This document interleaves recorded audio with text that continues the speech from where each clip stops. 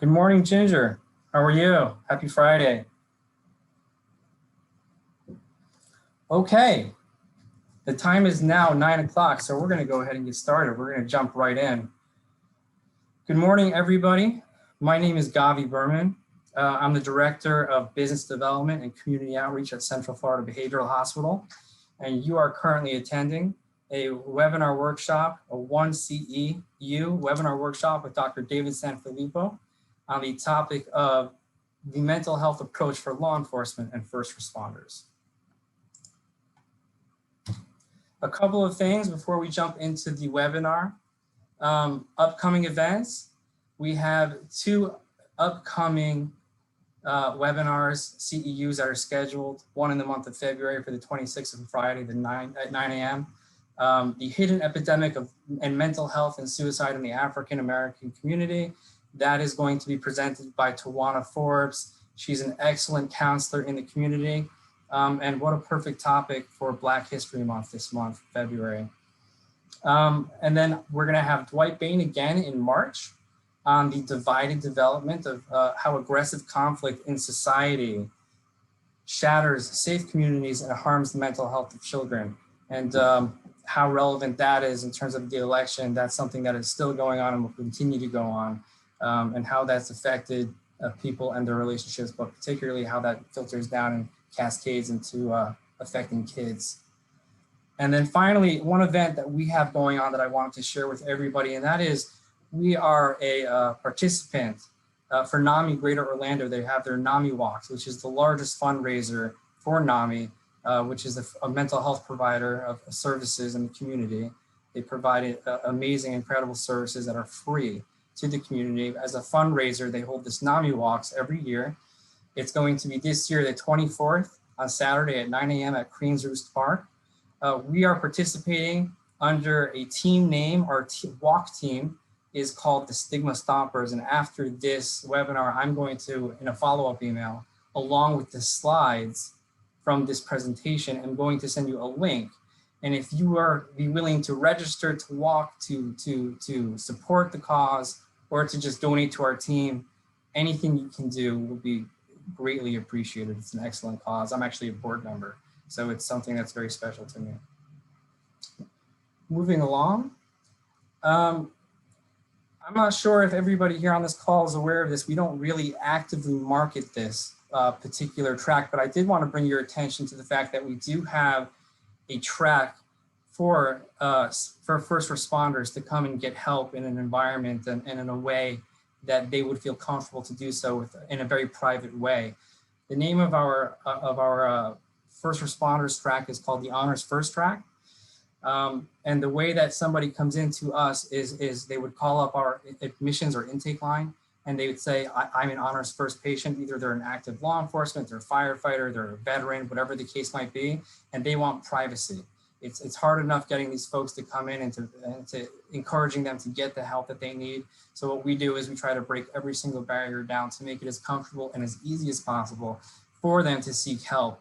And they come to us, we give them a private entrance, provide a private assessment. We don't want them going through, a lot of times, let's say in an example, a law enforcement or a firefighter. A lot of times these are folks in the community that are bringing in Baker Acts to our facility, and folks that we see all the time and that our staff know very well. And so what we do is we allow for a private entrance through our employee parking lot. We provide a private and expedited assessment, and we put them directly onto our unit. And the unit that they go on is our professionals unit, you call it. It's really our affective disorder unit. It's a place where you or I might go if we needed help. And in addition to that, they have their own room. We allow people to have aliases if they really want to have that privacy. And we encourage them to come in with a friend or with somebody that can bring them in and they're comfortable with, and that person can go and sit in on the assessment as well. As far as treatment goes, we have coordinators and therapists that have been specifically trained and have taken training for first responders. And we use that and utilize that when working with our first responders.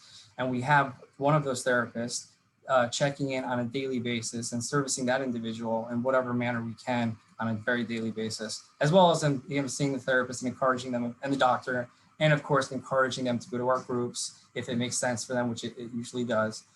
And then probably the most important piece is our aftercare planning, because people don't come to us as we're not a long-term solution. We're a place where if someone needs immediate help, if somebody has suicidal ideations or suicidal thoughts, they come to us, and then we work with them, we stabilize them, and then we work with our partners in the community to go ahead and make sure that they're set up for after they leave here for aftercare. I also wanted to mention Blue Line Support. I'm actually a board member for an organization that Doc's going to talk about called Blue Line Support, which is a peer-to-peer support program for law enforcement. Doc will get into that. It's an amazing program. We've actually partnered with them to assist them, to give them, we're part of Universal Health Systems, which is a very large hospital chain. We have behavioral health hospitals across the state and across the nation. So we've partnered with them here in Florida to provide locations all throughout the state for when they receive a crisis call, that they have a safe place to go ahead and a comfortable place to go ahead and direct that law enforcement to get help. So Doc can talk a little bit about that during his presentation. Moving along, just a couple of housekeeping items before we get started, and then I'll just introduce Dr. David Sanfilippo. Okay, today's webinar workshop is 1 hour long, including Q&A. So Doc, you'll let us know at the end of the presentation whenever you want us to go ahead and open up for questions. All participants are going to be muted. We have a whole bunch of people here on the phone line, so it would be very, very difficult to go ahead and open that up. I think it would be challenging. So I'm going to encourage everybody to use the Q&A function or the chat function. I'm going to monitor it. And Doc, I'll kind of curate some questions for you. If there's any questions at the end, we'll bring those to your attention. The webinar is being recorded. So if you are interested in having this later or rewatching it, or perhaps you know somebody that could benefit from watching it, it will be available on our resource center. I'll send out the link to that. That should be posted sometime next week. And then finally, at the end of the presentation, you are going to be prompted to complete a survey, a webinar evaluation. And what that is, that's the CEU evaluation. You're gonna have to go ahead and complete that in order to receive credit. So when you get that prompt, it's either when you close out Zoom or when the webinar finishes, you're automatically going to be directed there. It's not a pop-up. So go ahead and go do it. Follow that URL and complete that evaluation. Everybody's receiving 1 CEU for participating in today's webinar presentation. It will be issued within 30 days through CE Broker. And you should have given me your license number when you registered. There was a box there. If you didn't give it to me, that's fine. You can send me an email and I can go ahead and just make sure when we submit for the credits that we have your license on file. And then finally, certificates of completion, I'll mail those out as well in email as soon as the webinar is over, along with the slides from the presentation, as well as the link for NAMI, which we talked about, for all of you who are out there wanting to donate to that awesome cause. And with that, I'm going to go ahead and introduce our speaker. For those of you that don't know him, he's an awesome guy. I know him pretty well. Dr. David Sanfilippo earned his PhD in human science from Saybrook University. He is a licensed mental health counselor, certified disability management specialist, clinical telehealth provider, and serves as a clinical director of Blue Line Support, which we mentioned, a peer-to-peer support organization serving law enforcement personnel and their families. He's also the mental health consultant to the West Orange County, Florida Critical Incident Stress Management Team. David's counseling practice specialty is post-traumatic stress injuries and disorders, suicide awareness and prevention, and bereavement issues. Dr. Sanfilippo is the chair of the Health Studies graduate and undergraduate programs for the College of Professional Studies and Advancement at National Louis University. He teaches courses in healthcare administration and management, human services, consciousness studies, death, dying, bereavement, and near-death experiences, which is very interesting. David served 8 years in the U.S. Navy as a hospital corpsman and a surgical tech during the Vietnam era. Thank you for your service, Doctor. His primary focus is on solving crisis events with creative solutions. And Doctor, I'm just going to say that I'm super excited to hear your presentation. I know you worked on this for a while. So with that, I'm going to turn off my video and let everybody focus on you and let you take over the mic. Thank you very much. I appreciate being here. I'm going to share my screen for you all. So it's nice to be here with this august group. As Gavi mentioned, I am one of you. I'm a mental health therapist. And I also have the opportunity to work with Blue Line Support.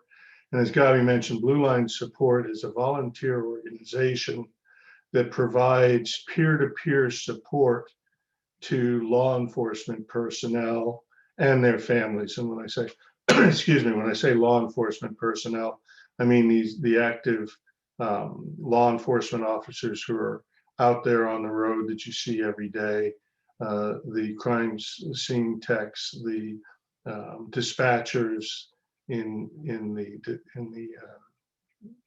communications center, and anyone involved in law enforcement and their family.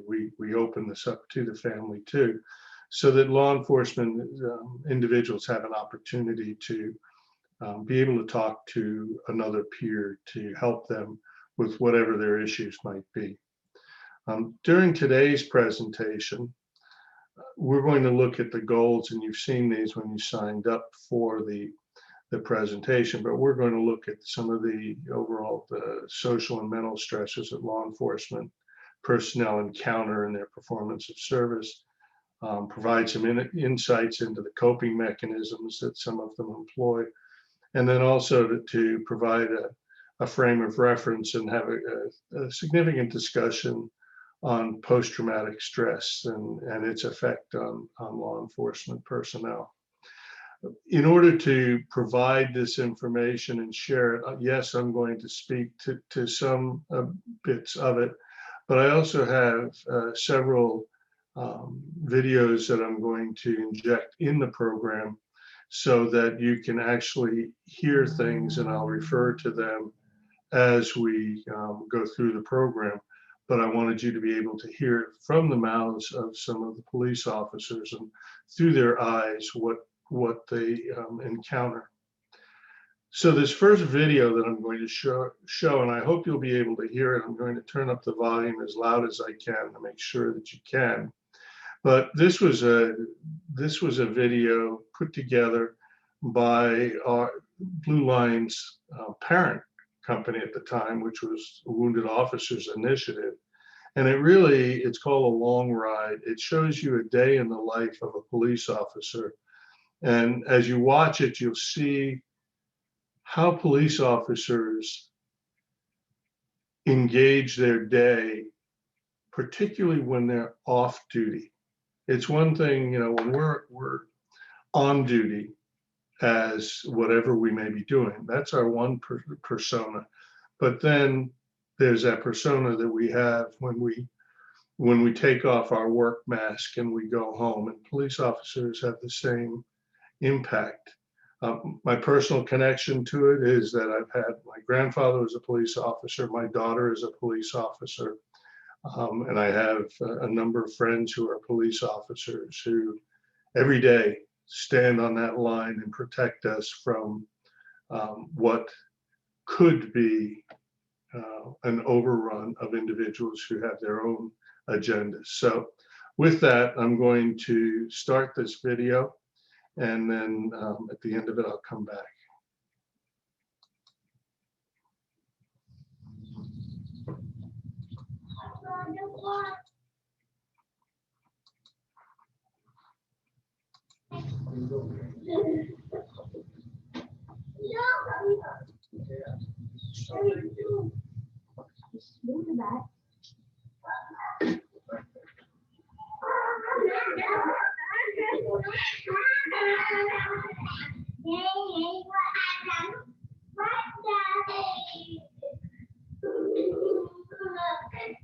All right, that's enough, boy. Go clean up your rooms and hit the shower.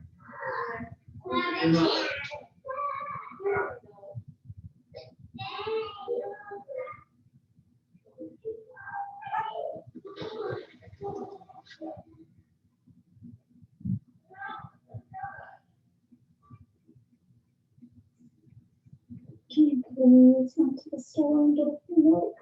I can do that. Thank you. I'll have dinner ready by the time you get back. Okay.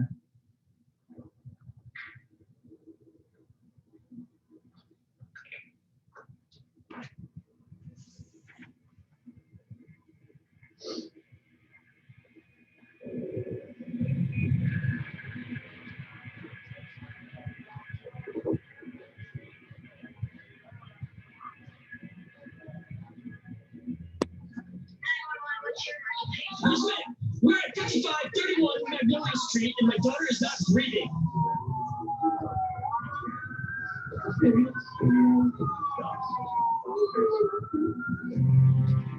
Here he is. Sir? Sir? This is my daughter.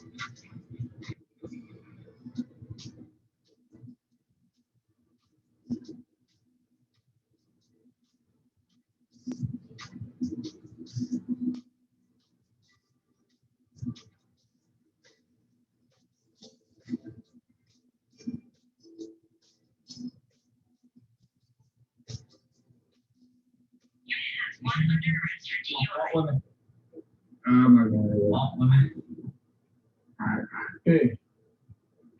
Hey, I'm talking to you. I'm talking. Relax. No, we're gonna be together for a long time tonight. I got here.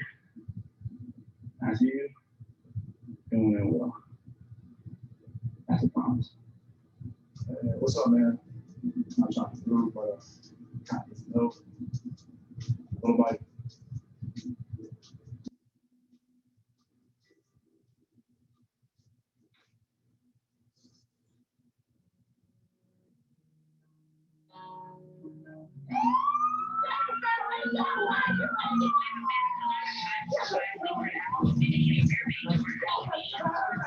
Sorry. Why did you wake it up? You're all the same. You're all the same. Officer down! Officer down! Officer down.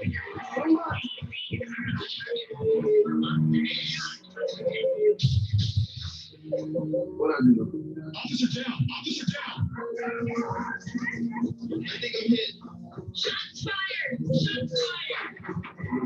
No, no, no. Oh my God, no! My daughter is not breathing. My daughter is not breathing.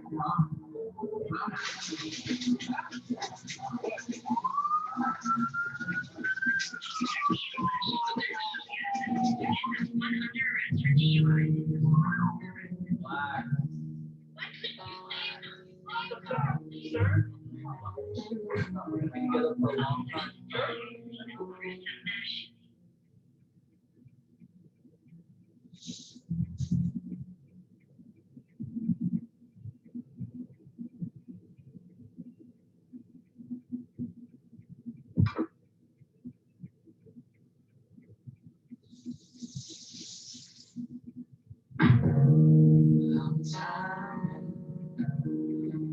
Time in the day.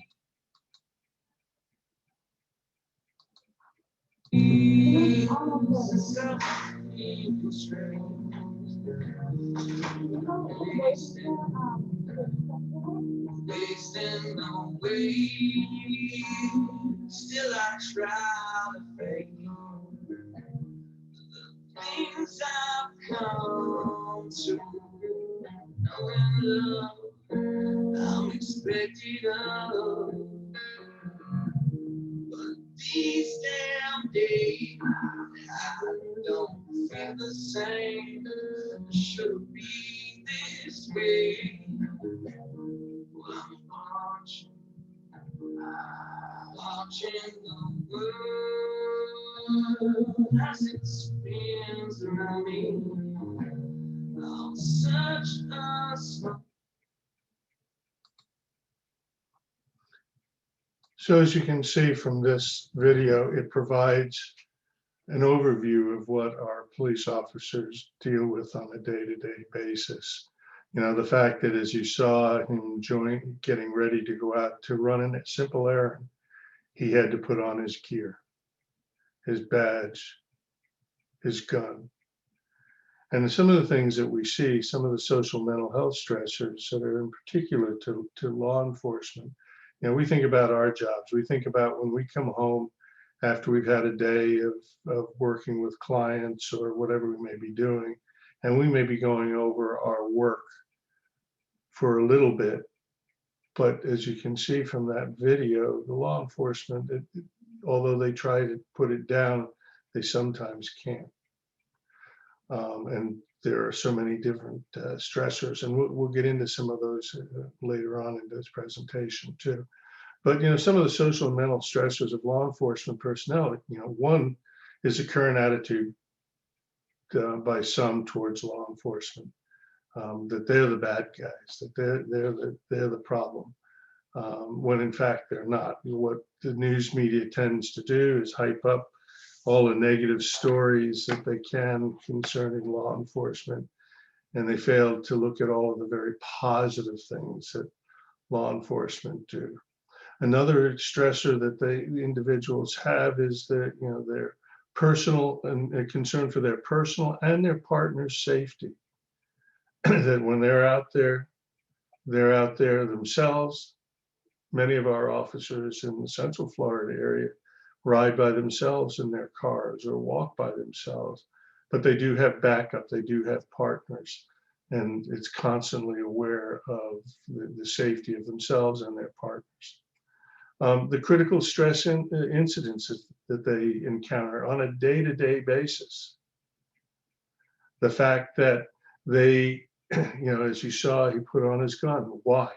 Because you never know when you're going to encounter something. As a personal story, I was teaching a class one day, and in my class I had a police officer, and I used to, you know, kid him about him carrying his purse, and of course in his purse was his off-duty weapon.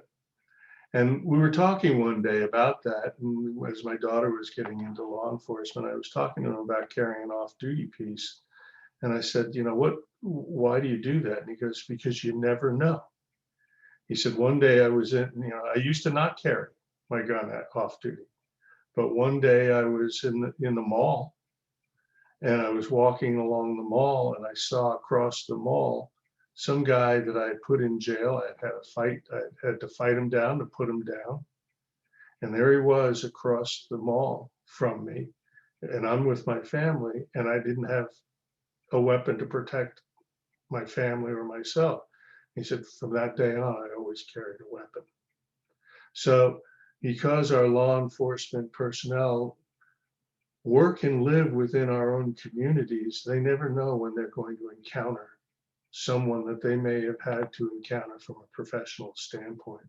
So that's an ongoing stressor for them. Then the critical stress incidences that they encounter on a day-to-day basis that by the grace of God, we're not involved in, but somebody else is involved in. Another stressor that they have is the loss of their badge and their gun. That is who they are. That is what as law enforcement.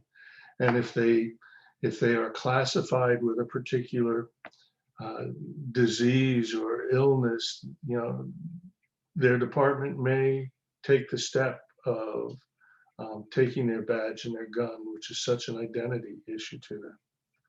Another stressor is the relationships, not only on the job, but off the job. As you can see from that video that we just watched, how he was very engaged with his family until he went out on that ride where he relived some of the incidences from his work side.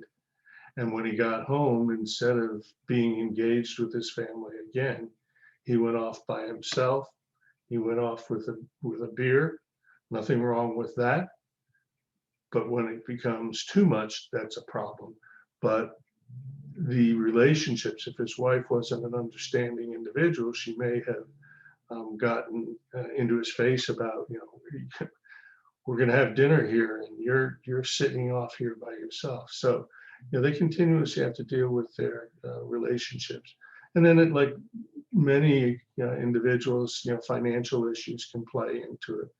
Although law enforcement personnel put their lives on the line every single day, they're as poorly paid in some situations as are our teachers. And that, you would think that law enforcement are putting their lives on the line all the time should be paid more. So, many of the police officers take second jobs, off-duty gigs, as I call, in order to supplement. We try to train our officers that, you live on your paycheck. You buy your toys with the off-duty gigs.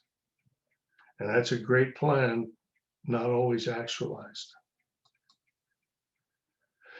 When we look at the critical incident stress and acute stress, acute stress is a response to a traumatic event, as we know. Approximately 85% of law enforcement officers are exposed to traumatic events within their periods of time that they are on the job.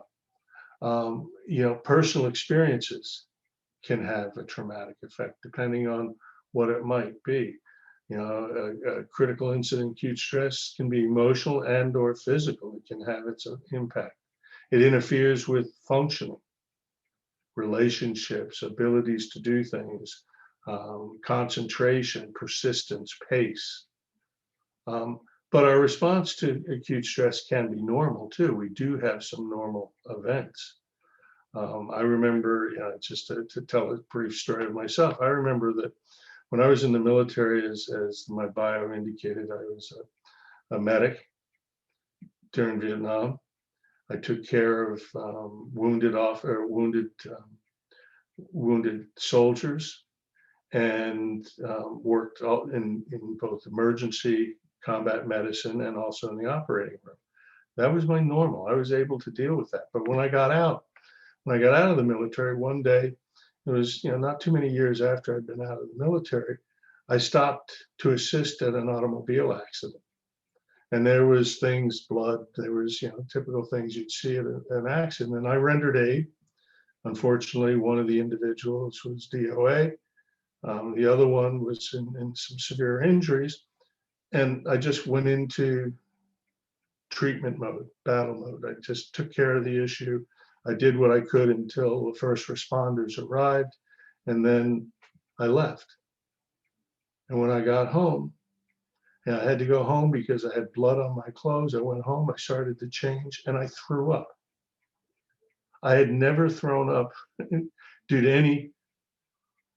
any issue involved in my military experience, anything that I had seen, and you can imagine some of the scenes, never had an effect like that.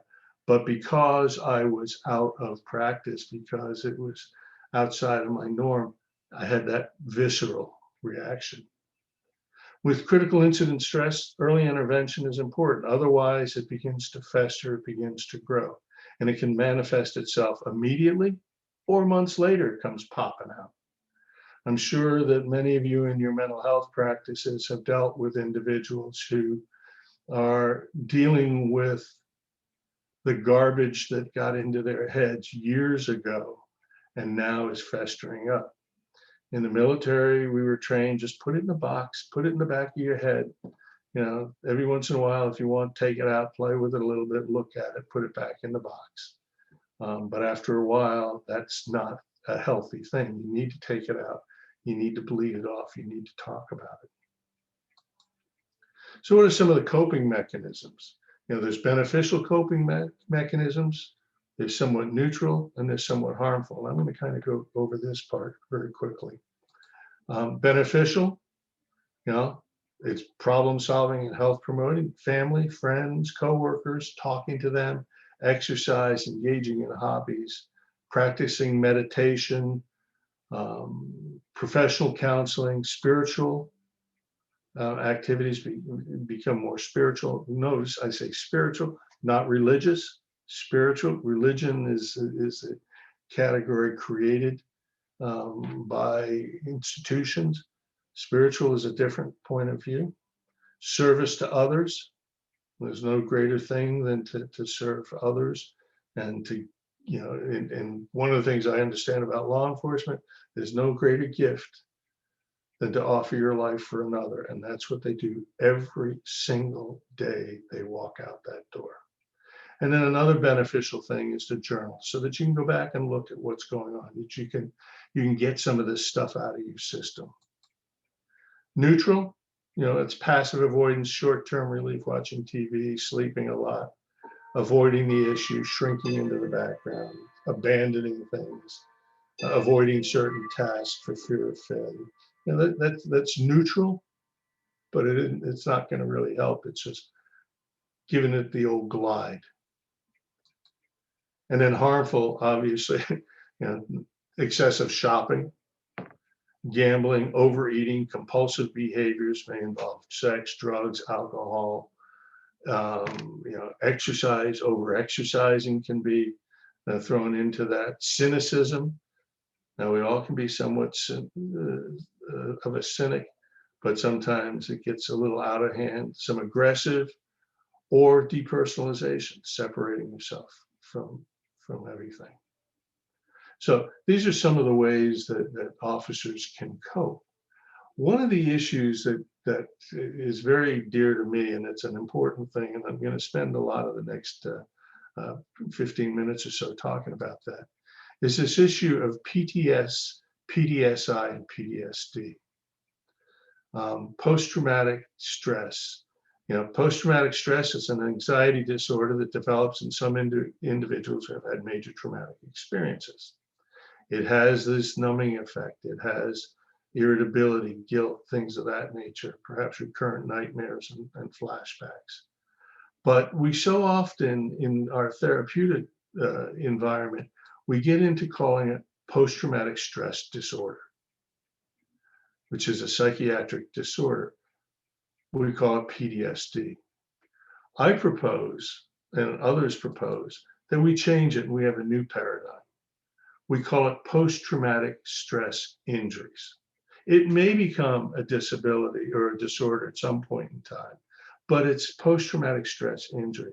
And that it's and that is a biological injury that develops after a person's experienced or witnessed a terrifying event. People have, you might have difficulty adjusting. Some people show symptoms like flashbacks and anxiety and things over a period of time, but it's an injury, not a disorder. The disorder comes if the injury is not taken care of. Often, if you think of it as an injury, if you had a hamstring injury or you had a back injury, what do you normally do? You do some therapeutic work, and you do some exercise, you do some rehabilitation, you get better. Well, if we call post-traumatic stress injuries, post-traumatic stress injuries, that provides a different point of view. You know, post-traumatic stress disorder or PTSI, what does it matter? Well, if you look here, disorders imply what you are. An injury, it's more what happens to you. Disorder implies a permanency, whereas an injury, it's a temporary condition. Disorder sounds like it can't be fixed. Injury, it can be fixed. Disorder has a negative connotation. PTSI offers hope. Now, I think I can better explain this if I let you listen to a video here that is offered by a police officer who actually wrote this article, and I asked him if he would record it for us so that we could hear it. So I'm going to play this for you now and then come back with some comments and questions afterwards. PTSD, ending the stigma starts with me. From an article posted on lawenforcementtoday.com, written by an anonymous police officer. PTSD, ending the stigma starts with me. I have PTSI, post-traumatic stress injury. I dropped the D, which stood for disorder, quite some time ago. While many in the medical world still refer to it as a disorder, I do not. Personally, I feel the term disorder contributes to the negative stigma surrounding the condition. And I suspect that it might serve as an obstacle that prevents many from reaching out for help. To me, the term injury is far more accurate than a disorder. I don't wear my PTSI as a badge of honor, nor am I ashamed of it. Way back in the early days, I was very ashamed, embarrassed, and even felt guilty about my condition. I've since learned that those negative feelings about the condition came very close to costing me my life. I don't speak about it with everyone, because to be totally honest, not everyone has earned the right to hear about it. My story isn't for everyone. I talk about it when I encounter someone who either has a condition or if one of their family members does. I will also speak about it if I feel that my experience will help them. This is one of those times. The sole purpose of writing this is to let everyone know that PTSI is not only survivable, but it is possible to have a very high quality of life. I can tell you the latter part of this is true because I have a very enjoyable life, even with PTSI. Some of you might ask, well, why isn't the author sharing their name?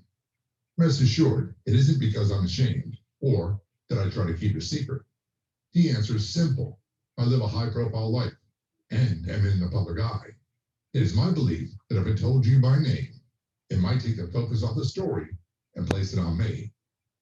Because I want people to read the story, I'm making it not about me. Do I want publicity because of this? No. Do I want someone to feel sorry for me? No. My post-traumatic stress injury was caused by many incidents of extreme violence as a police officer. At this point in the story, many people will go into great detail about the incidents they went through. I will say that I went through 4 officer-involved shootings in a little more than 10 years. Fortunately, everyone survived. This is in addition to the countless murders and traumatic injuries and deaths that most law enforcement officers witnessed during their careers. What happens to explain how we receive our post-traumatic stress injuries should never be a comparison or competition. It is my opinion that the comparison game or thoughts that what I went through wasn't as bad as what someone else experienced is one of the first barriers of breaking down the stigma. I've received much help and understanding from combat military veterans that definitely helped me make the progress that I've achieved. It is also my opinion, from my own experience, that if I'd not gotten help from professionals that were experienced and well-versed in police-related trauma, that my life, if I was still alive, would not be as happy and productive as it is today.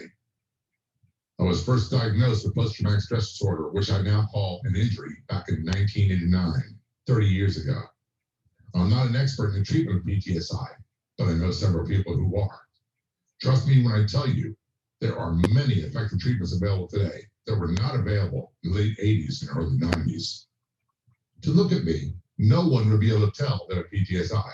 And better yet, the symptoms don't dominate my life. Back in the early 1990s, it was a very different story. Due to a line of duty injury, which occurred during a violent assault, I was retired on a physical disability pension. The injury led to 3 orthopedic surgeries and a couple steel plates. The assault contributed to my PTSI, but the recovery from the surgeries and adjustments from the injury serves as a template for my recovery from PTSI. In the early days, I had extreme problems sleeping due to nightmares. Another frequent problem was hearing a gunshot right next to my ear as I was falling asleep. The gunshot sound was accompanied by what I can best describe as a violent jolt in my head. I imagine it's similar to the physical effect of a strong electric shock to the head. Drinking alcohol in large amounts on a nightly basis helped knock me out. I was never able to relax. I was in a constant state of physical and mental alertness, ready to fight at any moment. The doctors use the term hypervigilance to describe my state of mind. I was so alert and hypervigilant that many would have said that I was bordering on paranoia. I was either very depressed or extremely rageful. It's difficult to accurately describe how short my fuse had become. Mental health professionals repeatedly called it irritability, which is an understatement. That'd be like calling the Grand Canyon a hole in the ground. I become so hypervigilant and so rageful that I became fearful about leaving my house. Not that I was afraid of other people and possible threats. I was extremely fearful that I might snap on someone and overreact to the slightest provocation. I never did snap, but rarely leaving the house helped ensure that never happened. The term flashbacks is used often, but that was a very rare occurrence for me. If my memory is correct, those only happened to me a few times over the past 30 years. What did happen quite often in the early years is what the doctors call disassociating. Disassociation is described as a mental process of disconnecting from one's thoughts, feelings, memories, or sense of identity. In my case, I would zone out or disassociate and be totally disconnected from everyone and everything around me. The zoning out would occur several times a day. Between the ever-bubbling rage, the disassociating, isolation, and drinking, my marriage began to suffer dramatically, which eventually ended in divorce. Add into all that, my physical health was deteriorating quickly. Even though I was only in my early 30s, I was drinking alcohol heavily and also had a great deal of difficulty eating and sleeping. Eating problems became quite frequent. I would eventually become hungry. But when I started to eat, I would immediately become nauseous. So I learned to adapt by eating a couple bites quickly before the urge to.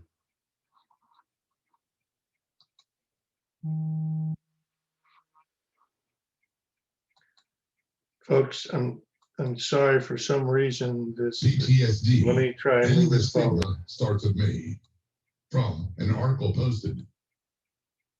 Term flashbacks is used often, but that was a very rare occurrence for me. If my memory is correct, those only happened to me a few times over the past 30 years. What did happen quite often in the early years is what the doctors call disassociating. Disassociation is described as a mental process of disconnecting from one's thoughts, feelings, memories, or sense of identity. In my case, I would zone out or disassociate and be totally disconnected from everyone and everything around me. The zoning out would occur several times a day.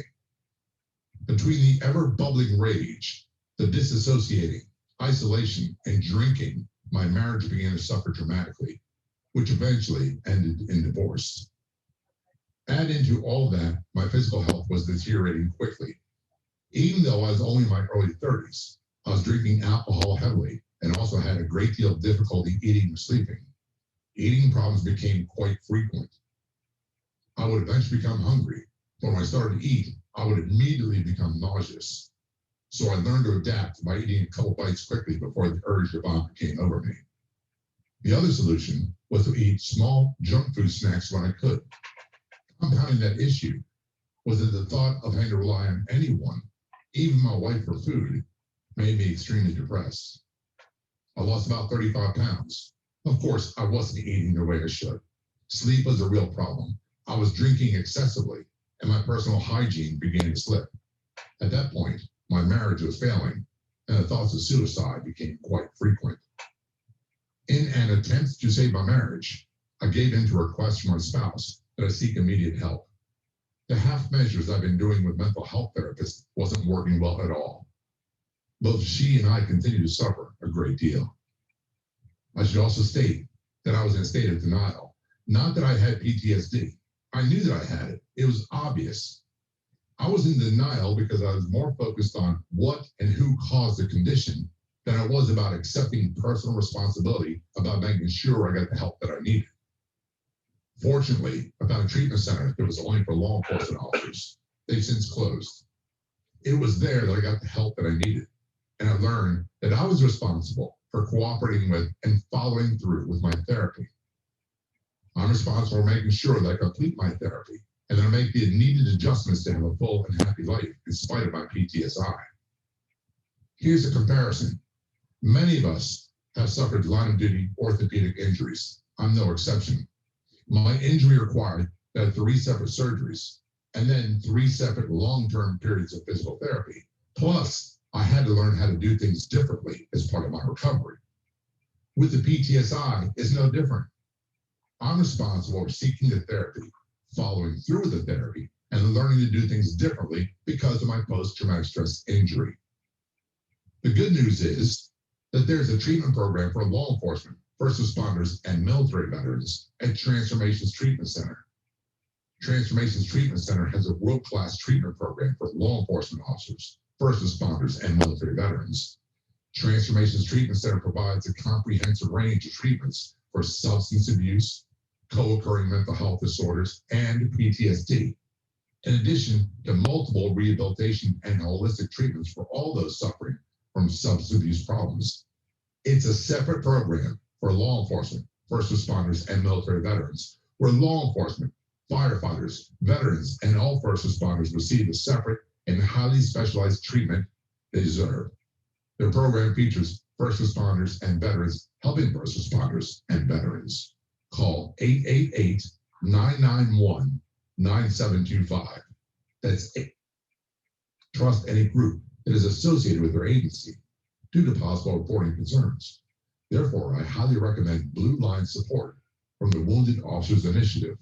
Their number is 855-WOI-BLUE. That's 855-964-2583. For most of the past 30 years, I've lived in a state that I would describe as symptom-free, where the PTSI doesn't dominate my life. Now, that doesn't mean that I'm back to being the old guy that I was before those incidents. It means I have a happy, productive life. I can do what I want and travel where I want. However, I'm responsible for following through with treatment, which consists of doing the things that I was taught to make my PTSI manageable. I have to be self-aware and have to learn to do things differently. Just like the orthopedic injury I talked about earlier. I can't do everything with that limb that I used to, but I can do a lot. And most people won't even see the injury. For those who are struggling with PTSI, substance abuse, and/or other co-occurring mental health disorders, make the call. And remember, ending the stigma starts. So that's a police officer telling his story. You know, there's a difference in PTSI and assessment and treatment between military and law enforcement. You know, law enforcement, often they have external symptoms, the triggers. They have the same symptoms, but perhaps a different treatment approach, whereas military have internal triggers. The majority, you know, the injuries that military personnel incur that result in post-traumatic stress injuries are usually in another country or outside of the country. The difference here is that our law enforcement people, as you saw in that earlier video, they drive right by the same scenes day in and day out, and they have to address that reoccurring issue that may have been triggered as a result of going by the same thing, the same scenes again and again. So we need to be cautious and we need to be aware as providers to look at our law enforcement people and pay attention and provide them support from a behavioral, cognitive, emotional, and physical standpoint. So how does PTSI translate into the life of a law enforcement individual? You know, as the video that we just saw and listened to, you know, excessive use of force, over aggressiveness, a negative attitude, resentful, lateness, absenteeism, rudeness, missing reports, you know, not backing or waiting for backup, just, you know, very dangerous behaviors. So we need to be aware that these officers are dealing with these issues, and how do we help them to address these things? And again, it's not all officers, but remember, as you saw in an earlier slide, 85% of our law enforcement personnel are exposed to stressful issues that might have an impact on them. So how can we help them? First and foremost, unconditional positive regard. Relate to the person, not the uniform. I was listening to a recording on what happened at the Capitol, and one of the officers that was there that was being beaten up said that he yelled out, "I have children." And he said that caused some people to back away from him. So we need to remember these folks that are protecting us, they're people, they have the same feelings we do. They just have a very stressful job that they do. To do our active listening, to provide peer support, to provide counseling. That's what we need to do to help these folks and to be there for them and to accept them. And above all, unconditional positive regard. So I'm going to pause now, and I'm going to unshare my screen, and I'm more than willing to take any questions, comments, or concerns that you might have.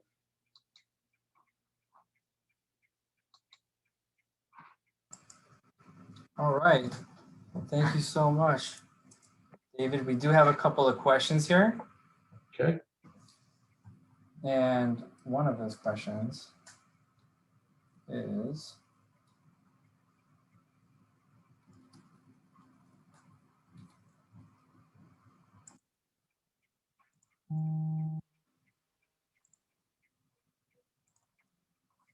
one of those questions that I seem to have lost it here.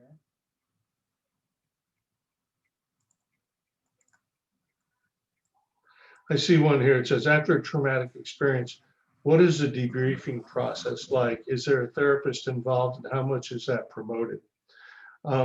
Most agencies have some type of debriefing. The West Orange County CISM, Crisis Incident Stress Management Team, which is led by Lieutenant Mark, I call him, is a program where we're called in to work with officers who have been involved in some type of stress situation. And we try to do it in a small group of the individuals who are involved in the incident. And the crisis or critical incident team goes in, we allow them to talk, we provide them some, sometimes we'll move the incident along or the discussion along to ask some questions that'll create them to talk, because law enforcement officers are not always open to share their situations. And yes, there is a mental health therapist there. I'm usually present in the West Orange. We also have a chaplain, several chaplains that are involved with us in that group. And so most agencies try to have some type of debrief after it. Agencies do them in different ways. There are some that are better than not.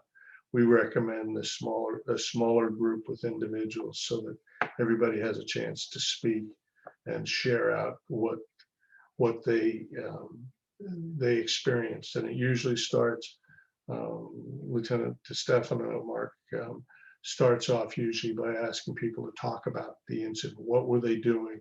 What was their experience? And then allowing the officers to talk about it. And that usually helps. At the end, we kind of go around the room to check to make sure where everybody is. And the feedback we're getting is that it is helpful to just talk it out. Sometimes part of it's like a giant puzzle, sometimes these events, and everybody has their piece of the puzzle, but they haven't seen the completed puzzle. So these debriefs allow people to get all the puzzle pieces on the table and see how the puzzle looks completed. Doc, here's a pretty good question here from Lerma Miller. She asked, with the reality of knowing that they may they may and or will experience physical and or psychological stress or trauma during the line of duty? Why is it that mental health assessments or treatment is not a part of an annual or biannual evaluation or services mandated as part of their professional requirements for their well-being and community accountability, just like you would have a physical? Why don't they require a mental health physical, perhaps? That's a good question, and in some places they do that, but most of all, no. And part of it is just the stigma associated with, quote, mental health.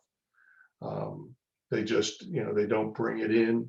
They aren't requesting it yet.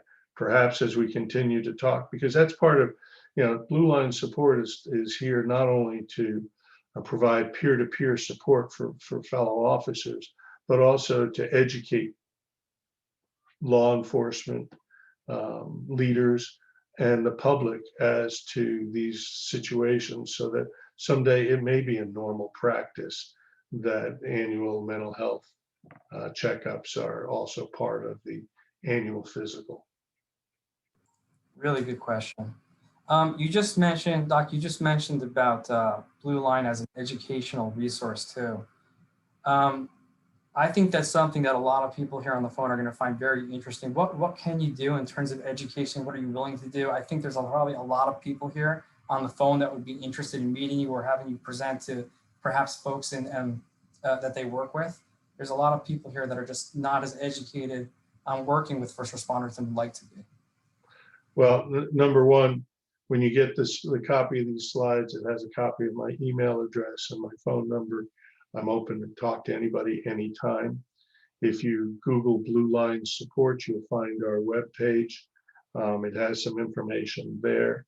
What we really, and since I have a good population of folks here, what I'd really like, and one of my goals, is to continue to develop the Blue Line Support page websites, to have pages and pages of resources for law enforcement and families and others to go to learn. And I'm not saying looking for, here, the therapist here, a therapist there, but articles and things that we can provide, additional videos we can provide to law enforcement personnel, their families, and to therapists and anybody else who's interested in the positive support of our law enforcement personnel for what they do. Because as I've said, and I keep repeating, every day they put their job on their lives on the line for us. And when they've got a badge, they're a target. If people know, we're doing a peer support training one day, and I went around the room and was asking questions of people, and people's attitudes and how they felt about people's attitudes about law enforcement. And one guy spoke up and said, well, when somebody asks me, when I'm at a bar or something, somebody asks me what kind of work do, I tell them I'm a firefighter, because everybody loves firefighters. But there's so many people who have this negative connotation towards law enforcement. And that's what we can do, is to help change that view of law enforcement, that they're not the bad folks. They're stopping the bad folks. Yes, like in any organization, any cluster of people, there are going to be some bad apples, but we need to support our law enforcement personnel. So you have my email, you have my phone number. Please reach out. Feel free to contact me, or contact me through Blue Line Support or through Gavi. Another good question here for everybody on the phone. Somebody is asking, does Blue Line Support services extend to those in dispatch, CSI, and corrections? Yes. In fact, we have some corrections officers who are peer support officers. We also very much support our dispatchers. Those are the folks, they hear the one side of the story of what's going on. So when we're doing our critical incident debriefs, we encourage that the dispatchers, if they can, they also come so they can hear the end of the story, so that they can debrief. Also, because there was an incident, we did a debrief not too long ago. And when it was over and one of the individual had made the call to the dispatch, when he was being pulled out and rescued, he made the comment that he would, he'd give the dispatcher 5 stars for her work, which immediately when that story was told during the debrief, a very heavy debrief, it allowed some levity to join into it because they are shining stars who don't often get hurt or seen. So thank you for that question and recognizing their part in this whole picture of what our law enforcement folks do. I think there's one more important question here that I'm seeing. Can a police officer that has his badge taken, I guess perhaps taken away, can he has his badge after recovering from PTSD? Can his if an officer has PTSD, can he have his badge taken away? I think that's the question. If an officer can have their badge taken away and their gun taken away, more so if they show signs that are negative, that they may be a harm to themselves or to others, based upon the outcomes of psychological evaluations. Through treatment and their assessment, follow-up assessments, they can get them back, but that road becomes a little more difficult. That's why we try to reach out to them quickly. We reach out to them and help them. That's part of the debrief process. I saw one of the chats, response on the debriefs after the Pulse nightclub. The debriefs were done. How effective they were, you'd have to ask the law enforcement personnel who were part of it. We do recommend Blue Line Support and the West Orange Citizen Group. We recommend smaller groups than large groups, and doing a debrief. Individuals in a smaller group have a more tendency to speak than if they're in a large group with a lot of their other peers. And I know we're going a little over time here, but there's one more question that I think is really special. So I'm going to ask it here. It's from Claudia Matos. And the question is, what is the level of support offered to new officers when they enter the field? A client of mine, current client who is a police officer, reported little to no support as a new officer in the field, instead being welcomed with the mentality of figure it out.